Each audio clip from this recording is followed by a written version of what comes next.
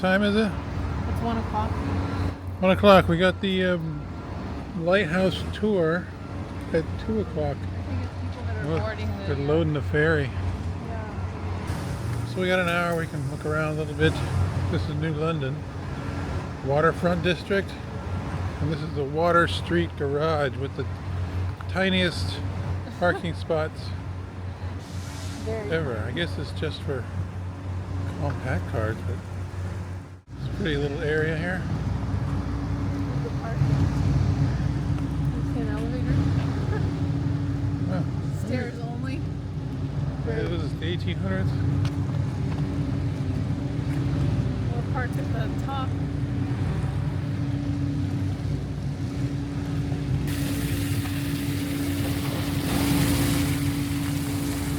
Wailing in New England.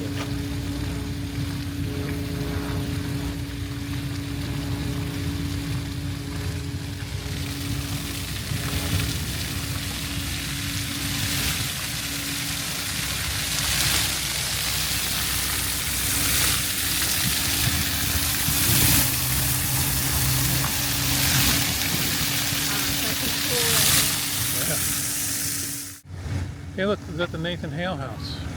Oh. You wanna go in there? Oh, we'll see. We'll walk. An elevator, doesn't it? Yeah, I hope it is.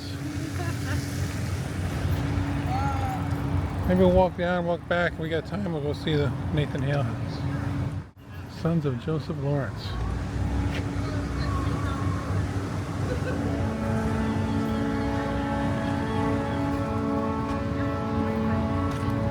Lighted boat parade. Food trucks, live music. This was in July.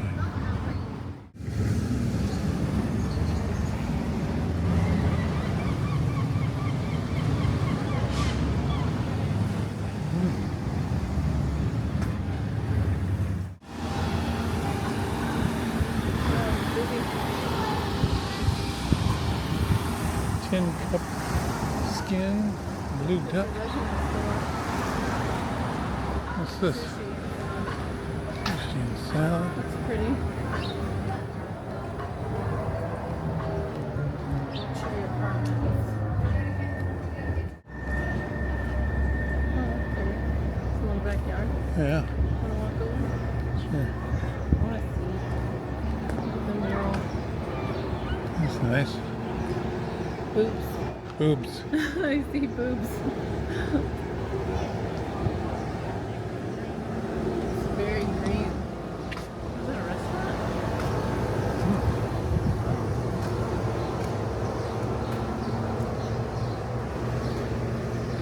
It's got like a whole light show. Interesting. Golden Owl. What's that? It's like a bookstore. Let's look around.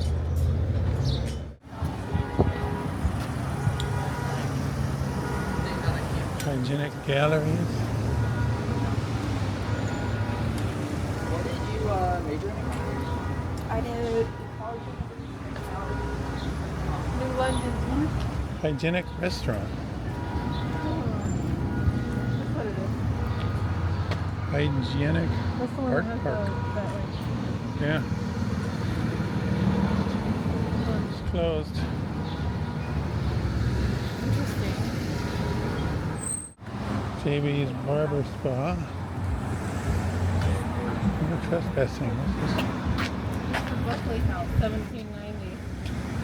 It's the colonial home of Sea Captain Charles Buckley.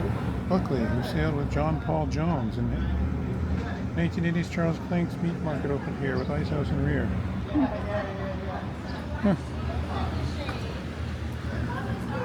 Interesting. He sailed with John Paul Jones. This house is still here. And they turned it into a meat market. He probably had a nice view. Hey, what's that? New England Maritime Society. U.S. Customs House. How old that is. Yeah. I had a sign somewhere. I wasn't going there. Mambo number 5.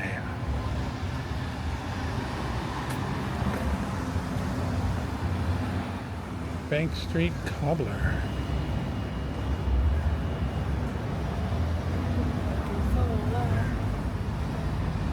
What's Mambo? Must be a bar. And the Social.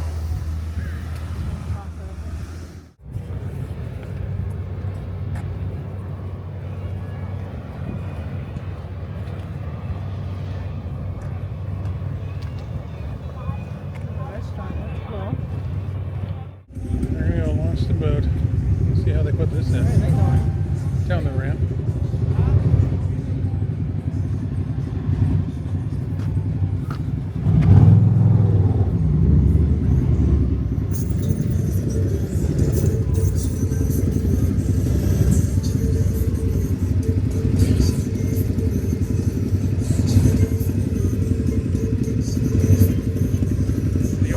Irish rowing club.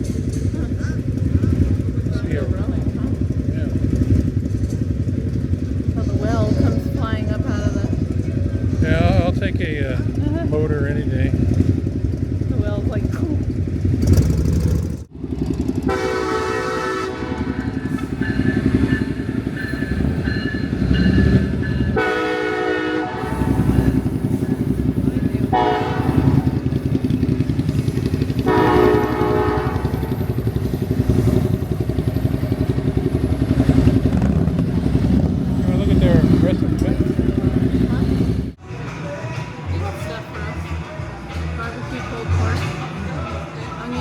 French fries, onion rings, and you go eat out there.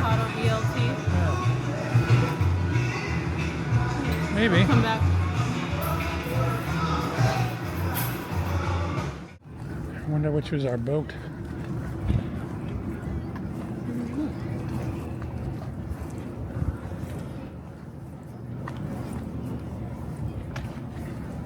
It's 123.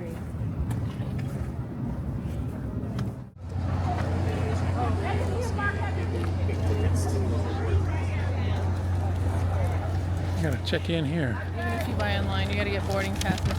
Yeah. Got some operation here, huh? Hope we get on the top. It looks like most people, and there's air conditioning in the middle.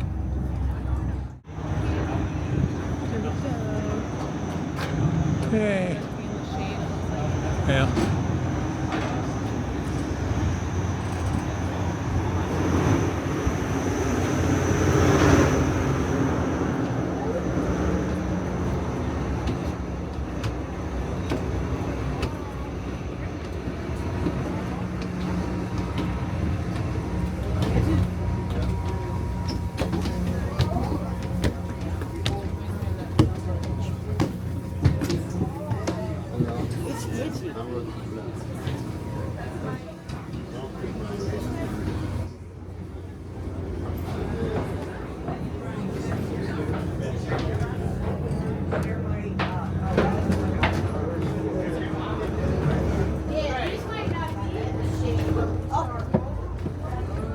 This is where we were.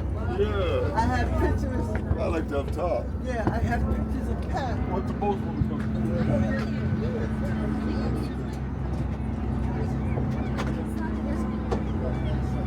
Huh? Huh? I'll go right here.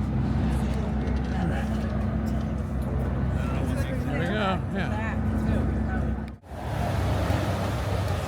On our port side, you will see General Dynamics, excuse me, Electric Boat Corporation, which builds nuclear submarines for the U.S. Navy. Just look for the green building there. Founded in 1899, Electric Boat, also known as EB, acquired the New London Ship and Engine Company in Groton, Connecticut. EB began building submarines in 1931 and has been building them ever since. It built the first nuclear submarine, the USS Nautilus, in 1954, which has been designated as a National Historic Landmark. And we are now looking at our first lighthouse, the London Harbor Light. The statuesque from the London Harbor Light was the first lighthouse built on Long Island Sound. It ranks as the 7th oldest lighthouse in the nation. It is also the 4th of the original 12 colonial lights that the young United States government managed under its newly established Lighthouse Board on August 7, 1789. The lighthouse was ceded to the United States in May of 1790. George Washington personally signed a contract authorizing the expenditure of $360 quarterly to supply New London Harbor Light 6 lamps with spermaceti whale oil. That was in 1791 when he enacted the Act for the Establishment and Support of Lighthouse, Beacons, Buoys, and Public Piers. In 1931, the grounds were divided and the keeper's house was sold to a private party, and it is owned privately to this day. You can see that behind the lighthouse. The owner of that house was on the lighthouse cove a few years back and said that people do stop there and ask if she can stamp their lighthouse passports. Unfortunately, she can't, as she has no connection to the lighthouse at all. The stately red brick building with its mansard roof and granite detailing is also supposedly inhabited by a ghost named Ernie. Construction of this lighthouse began in 1906 and was completed in 1909. The crib foundation it stands on was built on land and towed to the site, where it was filled with concrete and riprap and sunk in 28 feet of water. A concrete pier was built on top of the foundation and served as a cellar containing 2 cisterns for capturing fresh water. This island is home to the North Dumpling Lighthouse. It is just a mile off the coast of Connecticut, south of Groton, but is within the territory of the town of Southfield in New York State. In 1639, the island was originally acquired by John Winthrop, son of the governor of the Massachusetts Bay Colony, and remained in the Winthrop family until 1847, when it was sold to the federal government for $600 to be the site of a lighthouse. Race Rock Light was built between 1871 and 1878. Francis Hopkinson Smith of New York City was hired as structural engineer, and he in turn hired Captain Thomas Albertson Scott, an experienced diver and salvage man from New London. In 1871, they began laying the foundation for the light. It was a challenging project conducted under extreme weather conditions on a ledge that was always submerged. And this lighthouse was never replaced. During the Spanish-American War, the War Department appropriated $500,000 to build the Fort Tyler battery on the island. Although this fort never saw action, it was used for military training and simulated war games during the early 1900s. The shifting sands caused problems for the fort as well, and it was abandoned in the late 1920s. A few years after the lighthouse was built, some cracks and rust were found on one side of the foundation. After more plates were added to patch the problems, the extra weight caused the lighthouse to tilt about 5 degrees. Of course, some accounts blame the tilt on currents undermining the foundation on that side. Orient Point Lighthouse is similar in design to a number of coffee pot lighthouses built around this time. Latimer Reef Lighthouse on our Lights and Sights cruise is another one. The first warning beacon was built on this site in 1827. It consisted of a tower with 10 reflecting whale oil lamps seated on top. It warned sailors away from the treacherous waters of Plum Gut. The 2-story granite structure was completed in 1870. It stands 50 feet above sea level, and its light is visible for 5 miles. The common tern and the roseate tern. Since 1969, scientists and volunteers live on the island from April through August, monitoring the tern population, banding chicks and clearing the habitat and vegetative overgrowth. The white cuts that you see scattered across the island are bird blinds, an observation post used by the scientists and experts who come each year to do their annual observations. The keepers of the original lighthouse looked out over naval activities between the Americans and the British that took place in the vicinity of the race during World War II. During the War of 1812. The British landed troops here in 1813, forced the keeper to extinguish the light, and remove the lamps to prevent it being relit. A few years back, I did have the opportunity to explore the inside of Little Gull, and we got to climb all the way to the lantern room. It was 109 steps up, and once we got up there to the lantern room, the view was spectacular. We were greeted that day by 25 or so seals. They were all in the water, looking at us as if, why are you here? This is our land.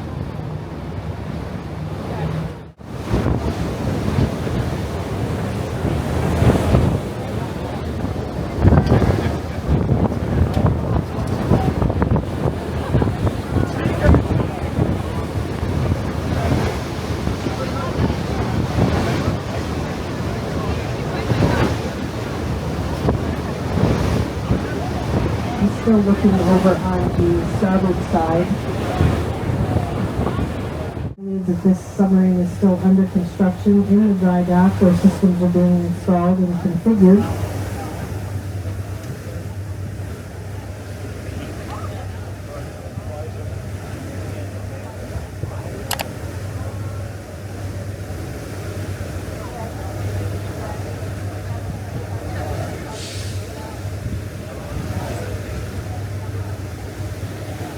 More than 400,000 square feet of space in Groton is dedicated to submarine and surface ship design and the development and demonstration of undersea systems. Quite an incredible amount of work that happens here. As we pass the green building, you'll see a part of a whole section on top of a landing in front of the green building.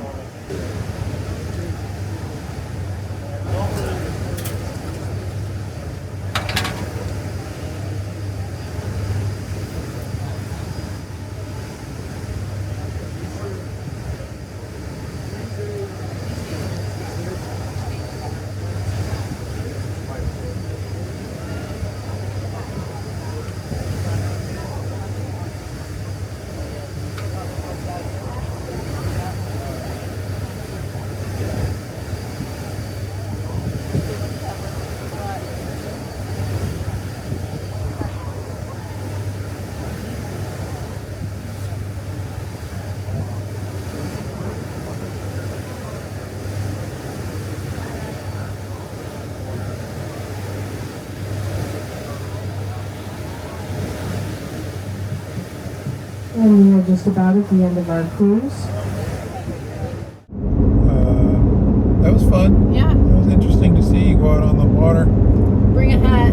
Bring a hat. My head was burning because we want to sit at the top and enjoy the. You could go. There's a place downstairs, so Yeah, it's air conditioned and stuff. they got plenty of food and treats and stuff. Yeah, but it was nice once you got moving though. It cooled off enough. I had to put my jacket on because it got so cold, and the wind was blowing so much. My hair was whipping in my face. I was like, I gotta hold it down. But they give you again information overload. Yeah. But it was a good kind of overload. You get plenty of facts about the lighthouses, interesting stories about things being haunted, what they heard, what they saw, the history behind the lighthouses. Very cool. I appreciate that. I respect that they put the time in, not just, oh, here's a lighthouse that so-and-so built. Yeah. I like that. You definitely want to buy your tickets online. You want to get parking. I guess there's a prepaid parking for a spot. Was it Well, it said $15? $15. I don't know how to get it, but if you see it, get it. Yeah, you want to, because otherwise you have to park across the street at the parking garage from the It's only 1800s. $5, but yeah. Yeah, it was only $5 for like several hours. Yeah, it wasn't that bad. But anyways, it was good, and you won't get sick because you don't stop, so you're not rocking. Yeah. And the other tour, they have a classic one that goes along the Rhode Island coast and a bunch of other stuff that you get to see. And then you can also take the ferry to New York, Long Island, and drive your car. Yeah. So I liked it. I thought it was nice. Yeah, very nice tour. And we had a the boat's beautiful nice. day, though. Beautiful weather. Boat was clean, Sort of. sort of. I mean, it wasn't spotless, Yeah. but it wasn't Clean bad. enough. Yeah, clean enough. It wasn't too crowded. Yeah. You know, or like we took a block island, a ferry to the block island, and that was, you felt like you were on a boat from immigration, like going to I Ellis know. Island or something. Yeah, yeah. Oh, it was horrible. But this one wasn't bad. You had to get there plenty of time. Yeah, but to- that was a ferry we took to Block Island. It was different. Yeah, This was just a little cruise. yeah, very cool.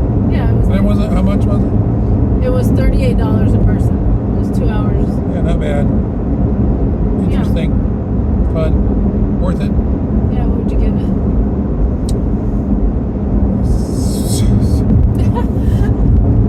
I would give it 6.5. 6.5. It's good. 6.5 because there's traveling and it's good though.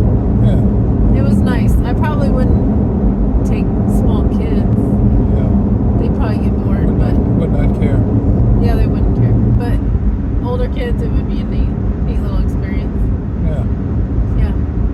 Now we're tired. We're headed home. You're gonna go eat some more. It was fun. Yeah. Good day. Yeah, it was a good day. Recommend going out. Niantic, New London, Connecticut, Groton, Connecticut. I would like to go on that base. That naval base looks beautiful. Mm. But it was a good, fun experience for the day. Yeah. Yeah. So I'd recommend the cruise. It's more of a tour, not a cruise. Yeah. Anyway, so All what are we right. giving it? 6.5. 6.5. 6.5 cookies. All right. Until the next tree, guys. Bye.